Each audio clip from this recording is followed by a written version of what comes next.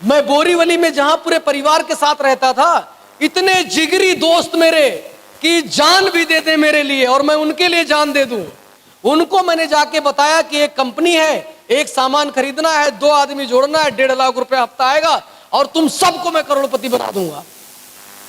वो लोगों ने भाई साहब इतना मजाक उड़ाया, इतना हंसे मेरे ऊपर, इतना ताना मारे कि मैं जिस गली में रहता था उस गली से नहीं दूसरी गली से घूम के आया करता था घर पे।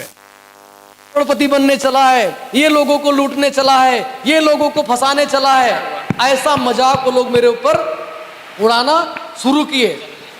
फिर मैं चुपचाप सिलाई के काम में लग गया और गलती से सीनियर का मेरे फोन आ गया कि अरे मुर्तजा सर कहाँ हो, दिखाई नहीं दे रहे हो आजकल तुम।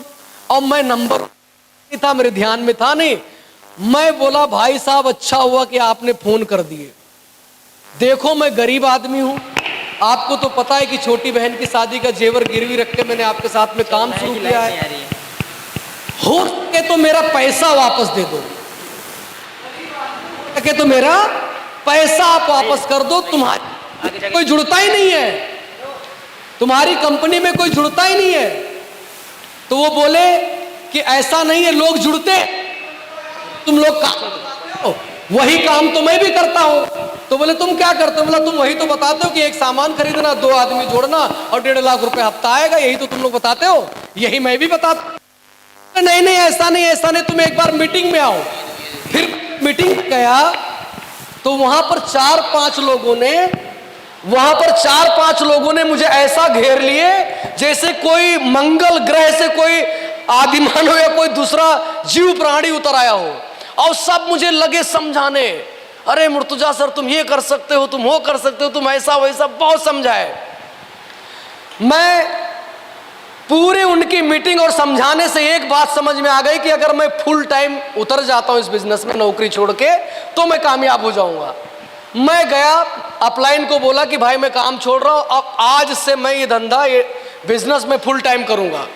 सिलाई के कारखाने में गया, सारे कारीगरों को सबको इकट्ठा किया, उसके मालिक को बुलाया, मैंने बोला मेरा हिसाब किताब क्लियर कर दो, आज के बाद मुर्तजा सिलाई का काम नहीं करेगा और अब मैं अमीर और कामयाब बनूंगा, इसी कंपनी से तुम लोगों के सामने करोड़पति बन के दिखाऊंगा। मैंने नौकरी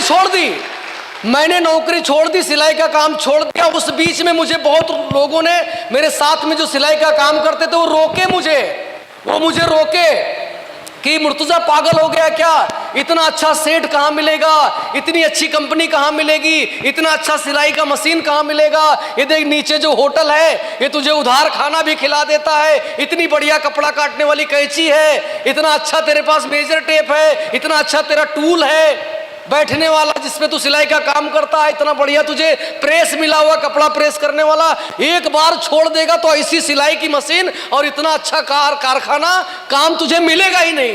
मैं बोला मुझे सिलाई करना ही नहीं है और अब मैं करोड़पति बन के ही आऊंगा तुम्हारे सामने। वहां से मैं चला आया। पहचान तो मैंने मेरी पहले ही खराब कर ली थी, सबको बोल बोल के कि एक सामान खरीदना, 2 आदमी जोड़ना। इसी बीच में मैं लोगों को समझाता था, लोग समझते नहीं थे और मुझे पता ही नहीं था कि ये सिस्टम कैसे चलता है, डायरेक्ट सेलिंग में काम कैसे होता है। तकरीबन 2-3 महीने निकल गए। 2 बहन छोटी माँ बाप को लेकर मुंबई में रहता था, जो 3-4 हजार रुपए महीने में कमा के लाता था, उससे मेरा परिवार चलता था। मैंने नौकरी छोड़ दी, घर में खाने पीने को दिक्कत हो गई। कभी कभी ऐसा होता था घर में चटनी रोटी बनती थी, कभी ऐसा होता था कि भूखे ही सो जाना पड़ता था।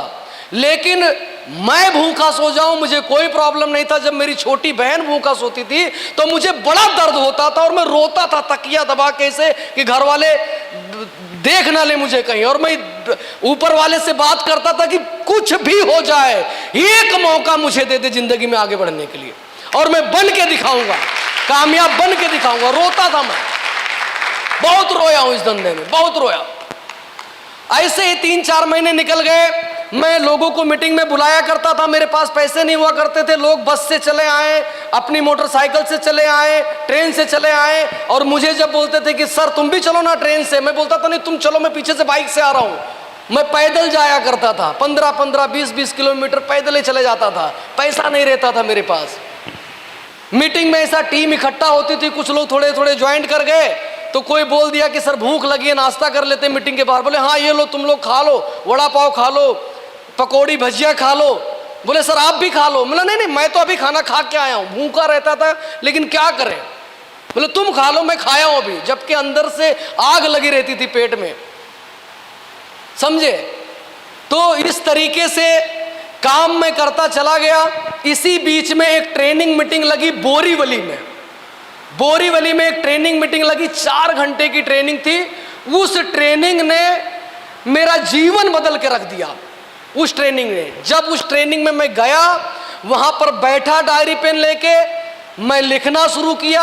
एक एक चीजें जो जो बताई गई, तब मुझे समझ में आया कि ये धंधा चलता कैसे है। ये मेरे दिमाग से नहीं चलेगा, ये इस संस्था का जो बनाया हुआ नियम है, सिद्धांत है और इस सिस्टम है, इनके सिस्टम को मैं मानूंगा तो मैं कामयाब बनूंगा, कामयाब बनूंगा।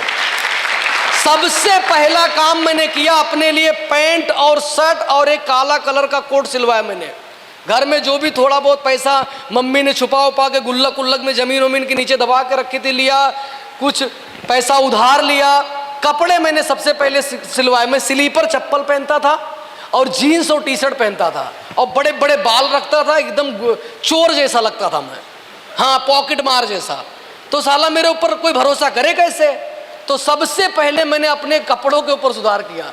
मुझे अच्छी तरीके से याद है, 150 रुपए में पैंट और शर्ट में खरीद के लाया था, मलाड वेस्ट में नटराज मार्केट है, पैंट 150 रुपए में। और प्लास्टिक का जूता खरीद के लाया था, बारिश का टाइम था कि जूता सड़े ना, समझे। और जब मैं पहली बार इन किया कपड़े को, इन अंदर इन किया, तो मारे शर्म के घर से बाहर नहीं निकल रहा था। मुझे बड़ा शर्म आ रहा था कि मैं लग कैसा रहा हूँगा, क्योंकि बाप जन्म में मैंने कभी इन तो किया ही नहीं था। बड़ा अजीब लग रहा था मुझे, समझे। तो ड्रेस कोड को सुधारा। उसके बाद मैंने अपने ऊपर जो काम किया, जबान के ऊपर काम किया। जबान बड़ी बेकार थी। गांव में रहा करता था, सरकारी स्कूल में मैंने पढ़ाई की, गाय भैंस चराता था, बंबई चला गया, वहां सिलाई का काम सीखा। तो पता ही नहीं था कि किसी को आप बोल के भी बात करना है। हम तो सीधा रे तो है, सुन रहे, इधर आ रे, किधर जा रहा है रे, अरे मेरी बात सुन रहे, अरे जुड़ जा रे, अरे तेरी जिंदगी बन जाएगी साले, जुड़ जा रे, ऐसी सब भाषा थी। तो कोई जुड़े ही नहीं। अब पता चला कि यहां पर आप करके बात करना पड़ेगा, सर करके बात करना पड़ेगा, मैडम करके बात करना पड़ेगा। कभी गलती हो जाएगी तुरंत सॉरी बोल देना है, माफी मांग लेना है। नहीं तो जब हम गरीब थे तो इतनी बदमाशी थी कि गलती करने के बाद भी 4 गाली देते थे, मानते ही नहीं थे। और फिर मुंबई की वो टपोरी लैंग्वेज, जो भाषा, पूरा चेंज कर दिया।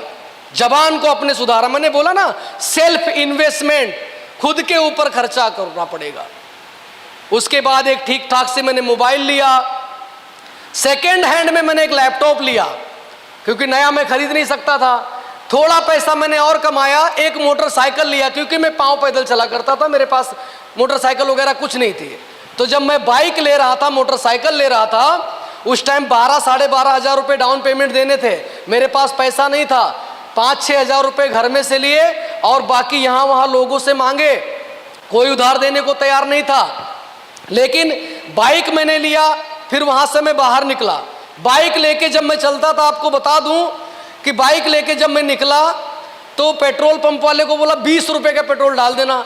तो बोले भाई साहब, नई मोटरसाइकिल में आदमी टांकी फुल करवाता है। मैं बोला भाई 20 ही रुपये हैं, पैसा ही नहीं है, समझे। कितनी बार ऐसा होता था कि मीटिंग के लिए जाते थे, 20 किलोमीटर दूर जाना है और 10 किलोमीटर तक चलिए और पेट्रोल खत्म। उसके बाद जो धक्का मार मार के जाना और कहीं ब्रिज उरिज कोई चढ़ना है तो कमर पैर हाथ सब जवाब दे देते थे। बहुत मोटरसाइकिल को धक्का मारा मैंने। कभी कभी मीटिंग से खत्म करके घर जाना है और घर बचा है 10 किलोमीटर दूरी पे और पेट्रोल खत्म, फिर मुर्तजा धक्का मारो। धक्का मार मार के घर तक पहुंचते थे। बहुत झेला, समझे। इसके बाद में थोड़ा और सुधारते गया, मीटिंग में आते गया, जो ट्रेनिंग में सीखा था, जो अपलाइन ने बताया था, उनकी बातों को मानते चला गया। मैंने वो एरिया छोड़ दिया जिस एरिया में मैं रहता था। छोटी सोच थी लोगों की वहां पर, ऊपर वाला उनको सद्बुद्धि दे, सब जीवन में कामयाब बने, आगे बढ़े। तो बड़ी छोटी सोच थी वो लोगों की। मैं वहां से निकला मुंबई में एक रेंट पे छोटा सा मैंने भाड़े पे फ्लैट लिया, फिर मैं और काम करते चला गया और सुधारते गया अपने आप को। फिर मैंने वैगनार कार खरीदी, छोटी बहन की शादी का जेवर मैंने जिसका गिरवी रख के बिजनेस स्टार्ट किया था उसकी शादी मैंने कराई, उसको भी कार मैंने गिफ्ट में दिया, कार भी गिफ्ट मैंने दिया। उसके बाद फिर मैंने फोर्ड फिएस्टा गाड़ी खरीदी, फिर मैंने इनोवा कार खरीदा, फिर मुंबई में और प्रॉपर्टी मैंने बनाई, फिर इसके बाद में मैंने BMW खरीदा, मर्सिडीज खरीदा, अभी मेरे पास फॉर्च्यूनर कार है, या फिर मैं अभी देखो रेंज रोवर ऐसा कुछ प्लान कर रहा हूँ, तकरीबन 1.5 करोड़ की कार में लेने वाला हूँ। इसके मुंबई में अभी जिस फ्लैट में मैं रहता हूँ उसकी कीमत 2 करोड़ है, जो अभी मैंने साल भर पहले खरीदी है। बहराइच में मेरा जहाँ जन्म हुआ है, बहराइच से कितने लोग आए हैं? हाँ, ये लोगों को पता है कि अभी मैं वहाँ पर मेरा होटल भी बना रहा हूँ, 3 फ्लोर अभी तक मैंने कंप्लीट किए। लेकिन कहने का मतलब मेरा पहले का ये था कि अगर मैं उस टाइम टूट जाता, हार जाता तो फिर मैं खत्म हो जाता। कामयाबी दर्द के कोख से जन्म लेती है। जो आदमी सेक्रीफाइस करने को तैयार है, कुर्बानी देने को तैयार है, दर्द सहने को तैयार है, वही कामयाब हो सकता है। और जो थोड़े से धूप में परेशान, थोड़े से छांव में परेशान, भूख लग गई तो परेशान, नींद ना मिली तो परेशान, नहीं कामयाब हो सकते हो। जितने बड़े लोग हैं वो बहुत बड़ी बड़ी कुर्बानियां दिए हुए, समझे। आज ये मुर्तुजा से 1.5 लाख रुपए हफ्ते की इनकम AWPL से लेता है, 1.5 लाख रुपए हफ्ते की मेरी इनकम है, समझे। तो आप सभी लोग भी जीवन में कामयाब बनोगे। मैं तो बहुत छोटे स्तर से उठ करके आया हूं, समझे। तो जीवन में अगर कामयाब होना चाहते हो तो पीछे नहीं हटना है। काम बहुत सही, लाइन बहुत सही मिली हुई है, समझे। आज इतना इज्जत मिलता है, इतना मान सम्मान, इतना रिस्पेक्ट, पूरी इंडिया में मेरी टीम चलती है। पूरी इंडिया में कहीं कोई भी स्टेट पे आप उंगली रखो, मुर्तुजा का टीम वहां पर आपको मिल जाएगा। लेकिन एक टाइम था कि ऐसा रोता रहता था कि एक आदमी कोई मेरे साथ जुड़ जाए, एक आदमी, एक कैसे भी करके एक चेक बन जाए। 5-10 लोग मेरे भी मीटिंग में बैठने लगे, ये उस टाइम पे था।